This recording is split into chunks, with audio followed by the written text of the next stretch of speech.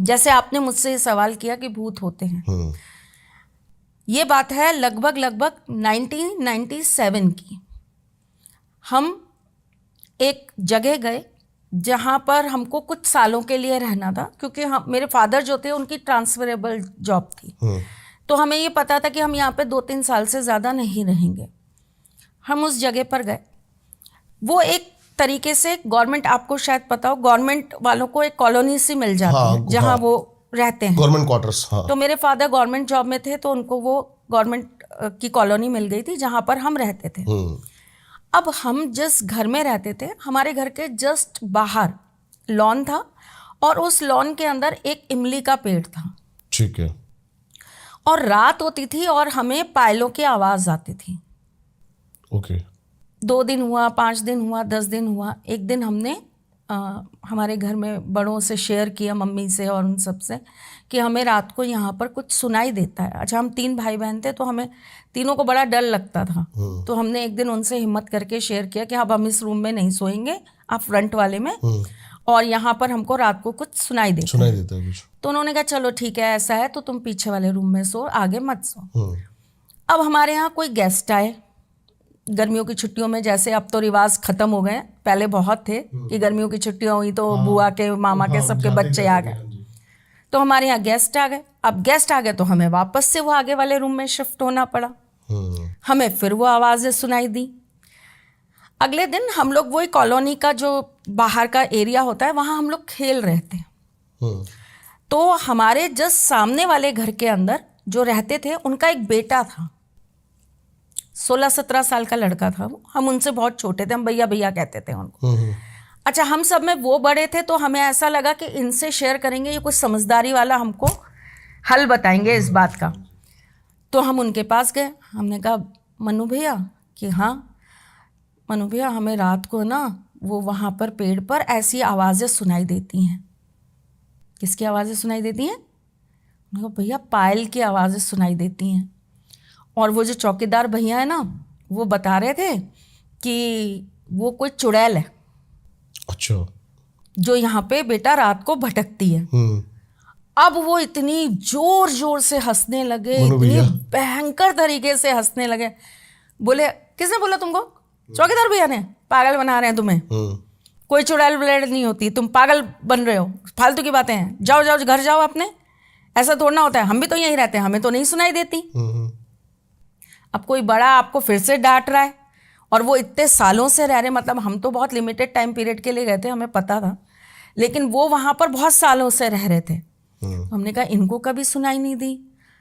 अब हमें क्या लगा, हो सकता है बाहर कोई ऐसी चीज़ हो कि हवा चलती हो तो हमें सुनाई देता हो, पर ये कैसे पॉसिबल है, दिन में नहीं सुनाई देता, रात को सुनाई देता है।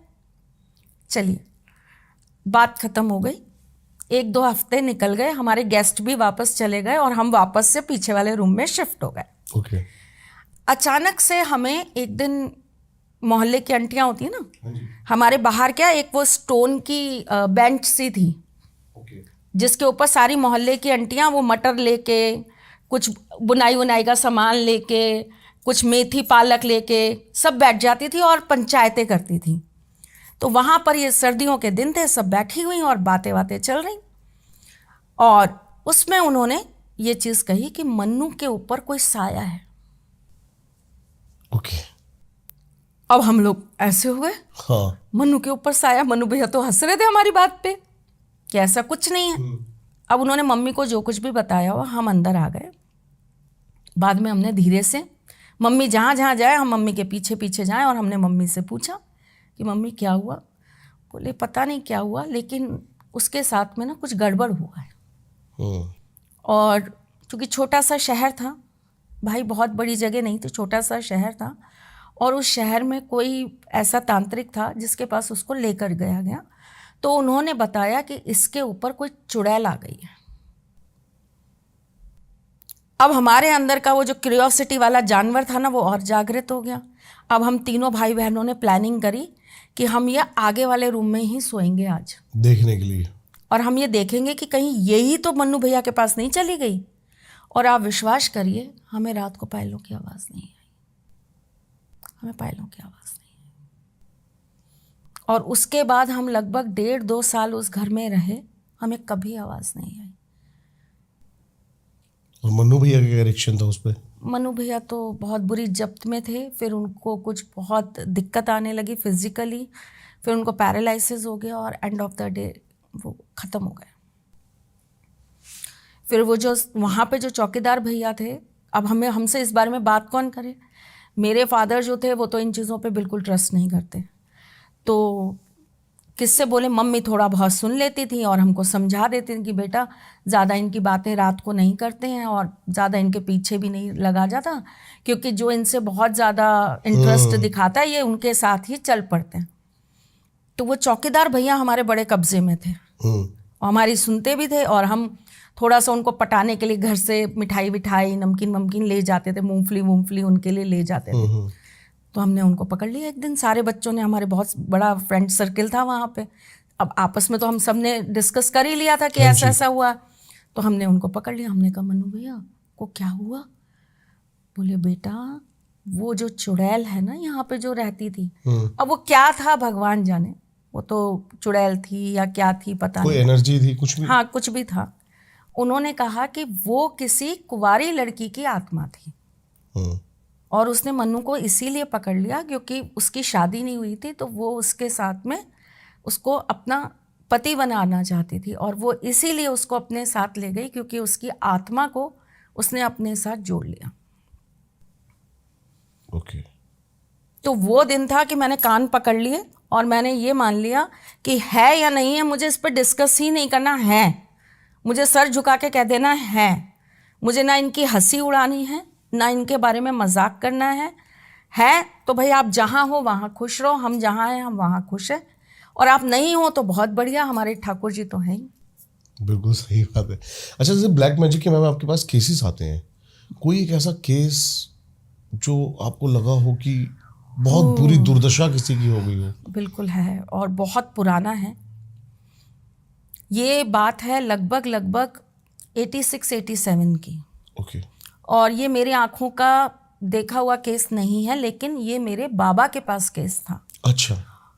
और घर में जैसे डिस्कस होता है तो ये हमने बहुत सालों तक ये कहानी सुनी।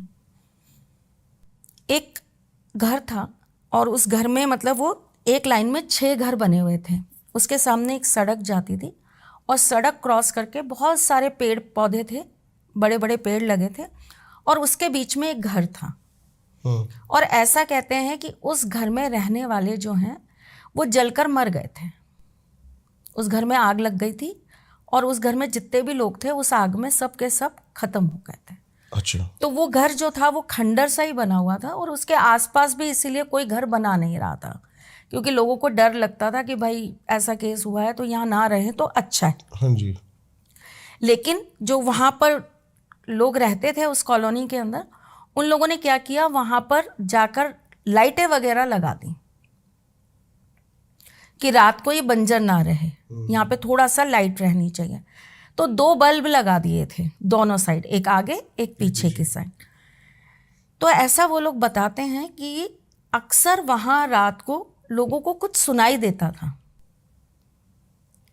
चीज़ें चलती गईं, बहुत दिन आगे पीछे चीज़ें होती रहीं, कोई बात नहीं। जो वो 6 घर थे उनमें से 2 घर, जैसे नंबर 2 वाला और नंबर 5 वाला, ये जो घर था, इन दोनों के घर की जो लड़कियां थी इनकी बहुत अच्छी फ्रेंडशिप थी, बहुत भयंकर वाली फ्रेंडशिप थी, और साथ ही स्कूल जाना, साथ ही स्कूल से आना, फिर थोड़ी बड़ी हो गई तो साथ ही कॉलेज जाती थी, साथ ही आती थी, और बहुत गहरी दोस्ती थी।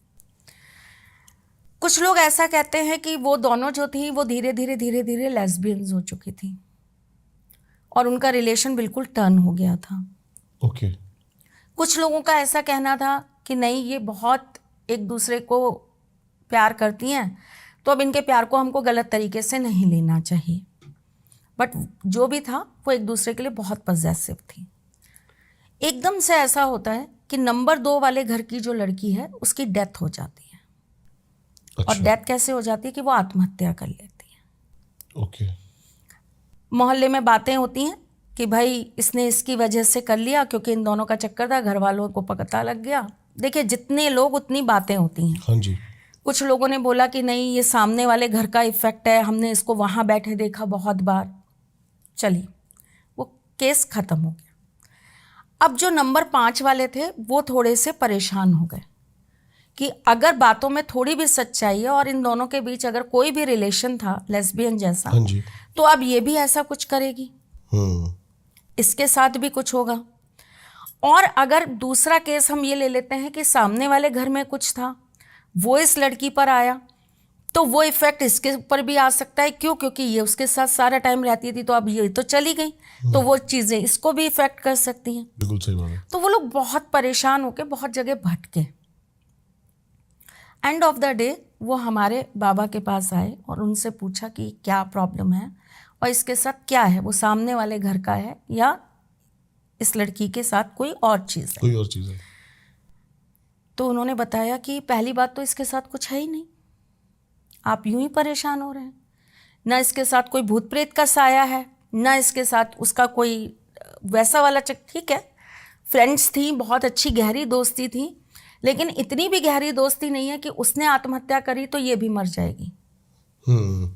इसके मरने का कोई योग ही नहीं है, ना वैसे है ना आत्महत्या से है। और दूसरी बात ये रही कि इसके साथ में कुछ किया कराया या वैसी स्थिति है, वो भी नहीं है। तो ये लोग निश्चिंत हो गए। 6 महीने साल भर बीता, जब वो लड़की बिल्कुल ठीक रही तो 2 नंबर वालों को परेशानी हुई कि ये हमारी बेटी ने आत्महत्या क्यों कर ली, ऐसी क्या दिक्कत थी। अगर इन दोनों का जैसे लोग कह रहे हैं चक्कर था, तो फिर उसको भी करना चाहिए था। उसको तो कोई फर्क नहीं पड़ा। और अगर ये सामने कोई चीज इफेक्ट कर रही थी तो वो उसको भी करनी चाहिए थी, क्योंकि ये बैठती तो दोनों साथ जाके थी वहां पे।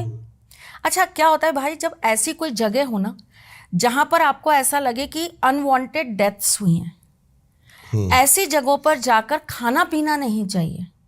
ओके। ऐसी जगहों पर आपको बाल खोलकर कभी बैठना नहीं चाहिए, खास करके मैं लड़कियों की बात कर रही हूँ।